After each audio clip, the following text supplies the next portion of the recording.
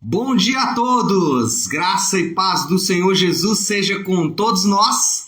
Uma ótima segunda-feira para todos. Hoje é dia 31 de janeiro de 2022 e o mês de janeiro já foi embora. Estamos já aí às portas com o mês de fevereiro e o ano de 2022 já vai caminhando na graça de Deus. Bom, nós vamos iniciando então o nosso devocional.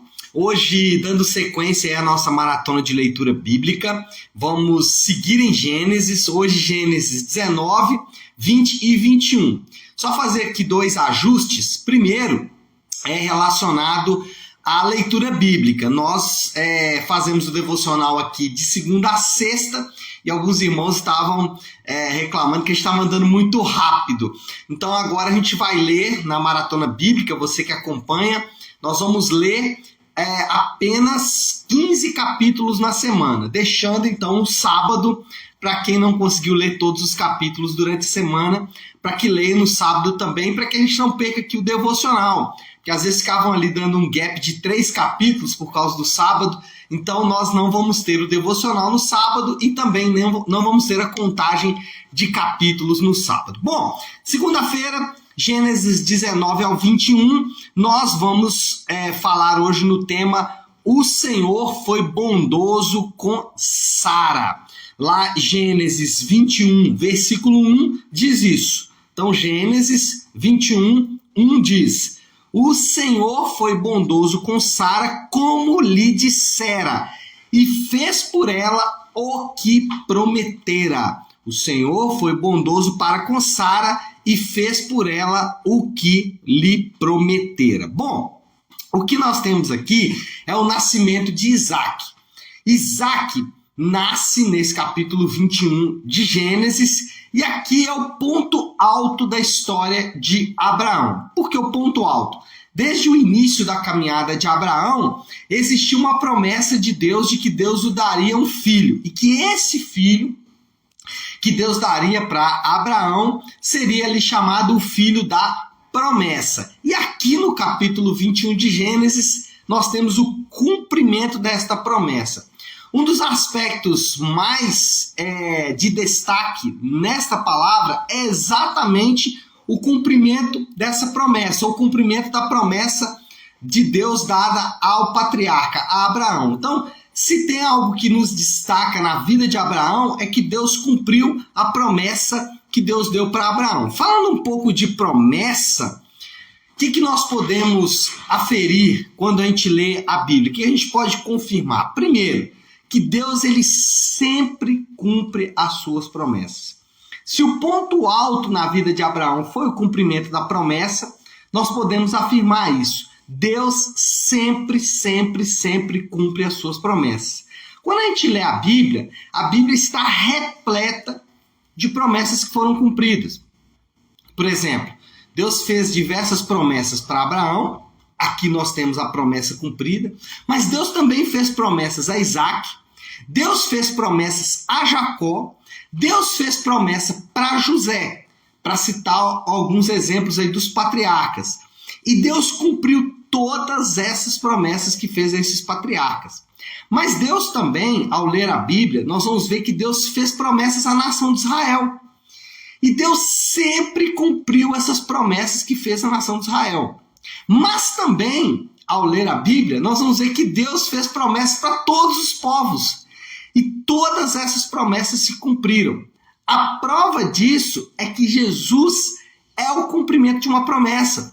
Deus prometeu que enviaria o seu filho. Deus prometeu que enviaria um salvador. Deus prometeu que enviaria um redentor. Quando Jesus chega, nós temos ali o cumprimento desta promessa. Então a própria vinda do Senhor Jesus é o cumprimento de uma promessa. Só que Jesus também fez promessas. Ele não só cumpriu promessas, mas também fez promessas. O primeiro ponto aqui, então, é que nós podemos confiar em Deus. Deus, ele é confiável. E ele é confiável por quê? Porque ele fez promessas e cumpriu promessas em sua palavra. Aquele que fez e cumpriu promessas é digno de confiança. Então, nós podemos confiar em Deus. Agora, podemos confiar em quais promessas de Deus? As promessas de Deus, em segundo lugar, estão ligadas ao seu caráter. As promessas de Deus, elas não estão soltas ao léu, não são palavras ditas ao vento. Não, as promessas de Deus, elas vão de encontro ao caráter de Deus. Elas são objetivas e estão evidentes na sua palavra. Quando a gente fala de promessas objetivas, é que nós podemos aferir essas promessas. E aonde estão essas promessas? Elas estão evidentes na Bíblia, elas estão de forma claras e objetivas aqui na Bíblia. Por exemplo, Deus promete na Bíblia amor, Ele promete que vai nos amar. Então nós podemos confiar nessa promessa, porque é uma promessa objetiva, está evidente na Bíblia. Deus promete, por exemplo, salvação. Então nós podemos confiar na promessa de salvação. Por quê? Porque está evidente aqui na Bíblia. Deus promete também perdão de pecados. E nós podemos confiar nessa promessa. E isso é maravilhoso, porque ter os nossos pecados perdoados, ter as nossas falhas cobertas, é uma segurança e um conforto muito grande. Mas além disso, além do amor, além da salvação, além do perdão, Deus também promete vida eterna. E nós podemos confiar nessa promessa. Por quê? Como eu disse no ponto anterior, Deus, Ele fez promessas e cumpriu essas promessas. E nós podemos confiar em Deus. E quando olhamos para a Bíblia, nós temos promessas de Deus relacionadas a nós mesmos. Uma dessas promessas é a promessa da vida eterna. Mas também nós temos a promessa do amor, da salvação, do perdão dos pecados e, como eu disse, a promessa da vida eterna. E nós podemos confiar nessa promessa. Porque essa promessa está ligada ao caráter de Deus. Deus é um Deus justo, Deus é um Deus santo. Então nós podemos confiar nessa promessa. Eu lembro de uma oportunidade que um pastor contou uma experiência de que uma pessoa procurou ele assim, depois do culto, né, um culto de avivamento e tal. E aí essa pessoa procurou o pastor assim meio entristecido, meio cabisbaixo, né, meio triste. E o pastor ficou ali curioso com aquela situação. E aí o irmão falou: pastor, eu tô triste porque eu não tenho promessa. Eu fico vendo aqui as pessoas falando que Deus prometeu, que Deus é fiel, que Deus cumpriu as promessas, que Ele tem promessas, que Deus tem promessas na vida dele, e eu não tenho essas promessas. Aí o pastor, com toda a calma, né, pegou e falou com ele assim: você lê a Bíblia, meu irmão? Aí ele falou: leio. Aí o pastor falou: pois é, as promessas de Deus estão lá. O problema é que esse irmão, ele estava procurando promessas de Deus que são subjetivas. Promessas de Deus que podem ou não ser de Deus. Como que a gente sabe que uma promessa que é dada de forma subjetiva, ela é de Deus ou não? Se ela se cumprir.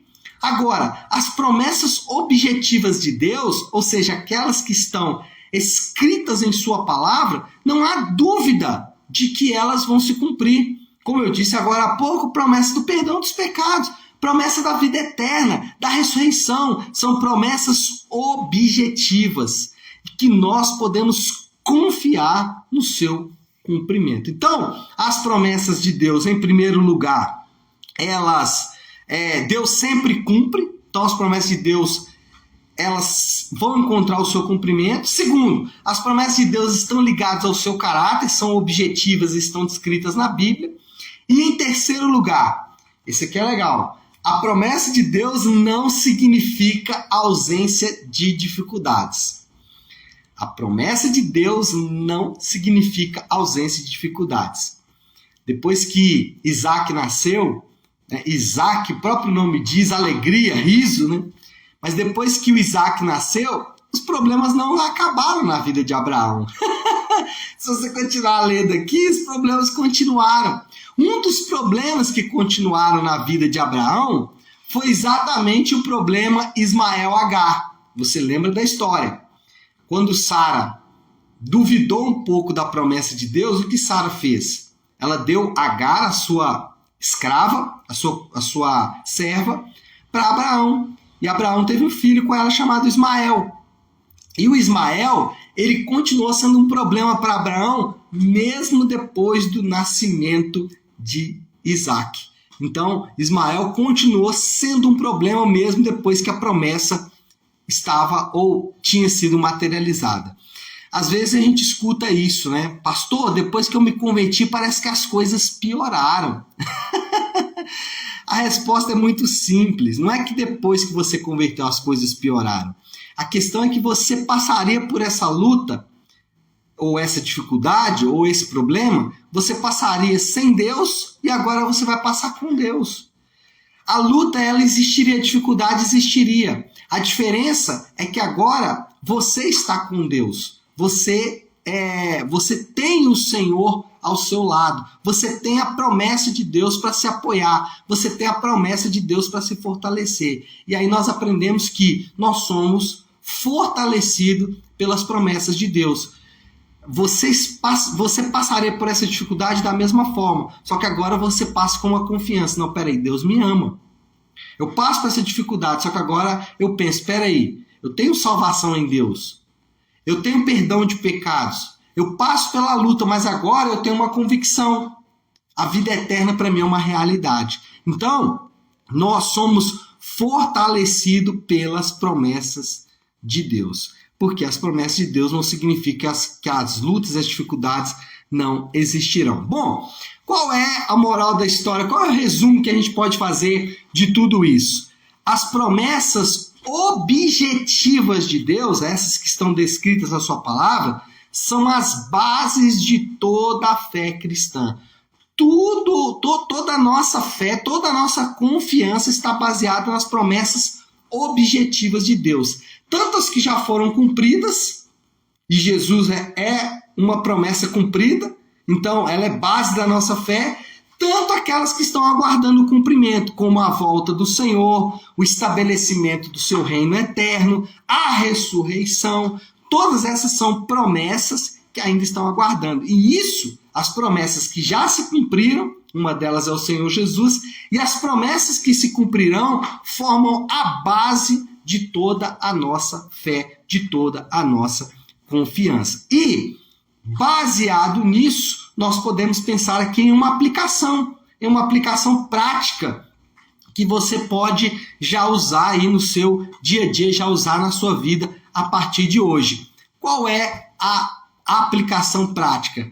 As promessas de Deus são reais, já se cumpriram e continuarão a cumprir. Nós podemos nos fortalecer na promessa de Deus, nós podemos confiar em Deus. Então, para iniciar essa semana, nada melhor do que confiar nas promessas de Deus e, principalmente, ficar seguro nas promessas de Deus. Agora, quais são essas promessas? Elas estão descritas na palavra de Deus. São objetivas, não são promessas subjetivas. As promessas subjetivas, elas podem se cumprir ou não. Se cumprirem, é de fato de Deus. Se não se cumprirem, aí era simplesmente coisa da nossa cabeça. Agora, as promessas que são objetivas, nós podemos confiar. Falando em promessas objetivas, falando daquilo que a gente pode confiar, e essa é a aplicação do nosso devocional de hoje, nós vamos orar por isso. E a oração que nós vamos orar é uma oração repleta de promessas, que é a oração do Pai Nosso. Eu sempre gosto de começar a semana e terminar a semana fazendo a oração do Pai Nosso. Então, se você puder agora, pare aí um instante o que você está fazendo e vamos juntos buscar a Deus em oração, orando a oração que o Senhor nos ensinou, a oração do Pai Nosso. Vamos orar. Pai nosso que estás nos céus, santificado seja o teu nome. Venha o teu reino, seja feita a tua vontade, assim na terra como no céu. Dá-nos hoje o nosso pão de cada dia. Perdoa as nossas dívidas, assim como perdoamos aos nossos devedores. E não nos deixes cair em tentação, mas livra-nos do mal, porque teu é o reino, o poder e a glória para sempre. Amém, amém e amém. Amém! Pai nosso, repleto de promessas. Pai nosso que estás nos céus, santificado seja o teu nome. Então, baseado nisso é que a gente vai viver aí essa segunda-feira e essa semana na presença do Senhor. Tá bom, pessoal? Bom, então nós vamos ficando por aqui. Antes de me despedir, eu quero só destacar que nós, além do devocional essa semana, como é semana que antecede a ceia do Senhor, temos alguns irmãos aí que não são da Igreja Nave, mas que participam com a gente aqui do devocional. Não sei se na sua igreja também é Santa Ceia no próximo domingo, mas na Igreja Nave é. E nós, como membros da Igreja Nave, estamos também em período de jejum. Então, se você quiser, consagre essa semana em período de jejum. E aí nós estamos estabelecendo ali períodos do dia, parte da manhã, parte da tarde, à noite, o horário que for mais significativo para você. Tá bom? Deus abençoe. Ótima segunda-feira para todos. Fiquem com Deus.